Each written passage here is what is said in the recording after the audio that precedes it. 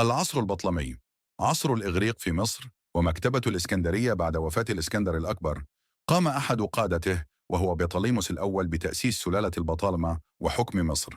هذه الفترة من التاريخ المصري والتي امتدت لقرون تعرف بالعصر البطلمي، وشهدت تزاوجا فريدا بين الثقافتين المصرية والإغريقية.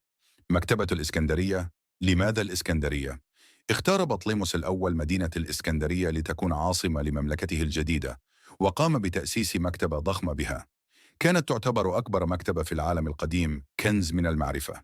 جمعت المكتبة آلاف المخطوطات واللفائف التي تضمنت مختلف العلوم والمعارف، مما جعلها مركزا جاذبا للعلماء والمفكرين من كل أنحاء العالم.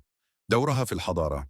كانت المكتبة حاضنة للعديد من الاختراعات والاكتشافات العلمية، وساهمت في تطوير الفلسفة والرياضيات والأدب. تأثير الحضارة الإغريقية على مصر. اللغة والثقافة.